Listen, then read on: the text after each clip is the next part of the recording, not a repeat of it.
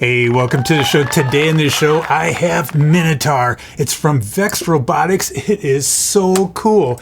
It comes in a box and you put it together. It's 345 pieces, if you can see that. So on the back of the box, you can see what it looks like. You have your chain right here and your gears, and it says it is Vex IQ compatible.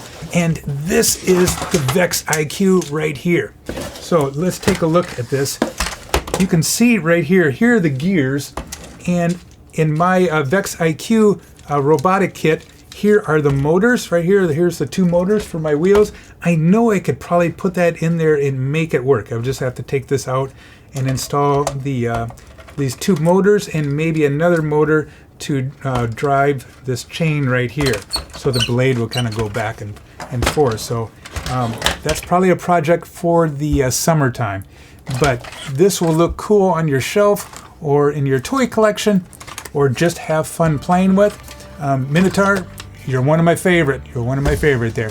Hey, thanks a lot for watching the show. Make sure you check that little like button down below. And like always, have a fun day. Adios. Goodbye.